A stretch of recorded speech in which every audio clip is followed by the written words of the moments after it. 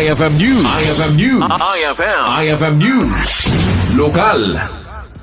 Nakikoordinary iti liga ng mga barangay dito probinsya, iti Mariano Marcos Memorial Hospital and Medical Center when MMHNMC, iti syudad ti Bataca para iti panakaiwayat ti bloodletting programa. Segon kaniliga ng mga barangay President Ryan Jan Pascua, nakasagana na iti liga kan may uray laangan ti pinal apetsa ngayon to nano ang maisayang kati aktibidada. Kinunana, paset daytoy itinaruway nga aktibidad kan programa iti liga para iti probinsya.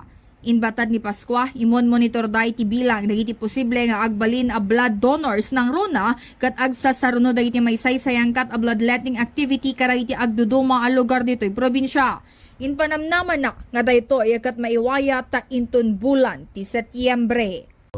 So far, nagsarita kami iti Mariano Marcos Memorial Hospital nga we are scheduling no kanon to that date nga panag-iswat na dito eh. So, the problema mi tatta, ado da kami dagiti ili pa lang tatta nga they are conducting also the bloodletting activity. So, mostly kami nga pagkapan na kita barbarangay. So, medyo kita kami dahil numbers the donors tayo. So, hopefully by July, August, hopefully by September.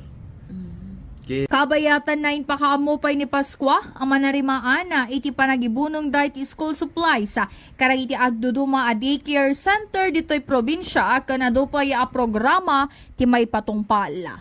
Para iti IFM News, Idol Bernadette Toledo, Tatak, IFM. IFM News. IFM News. IFM News. Lokal.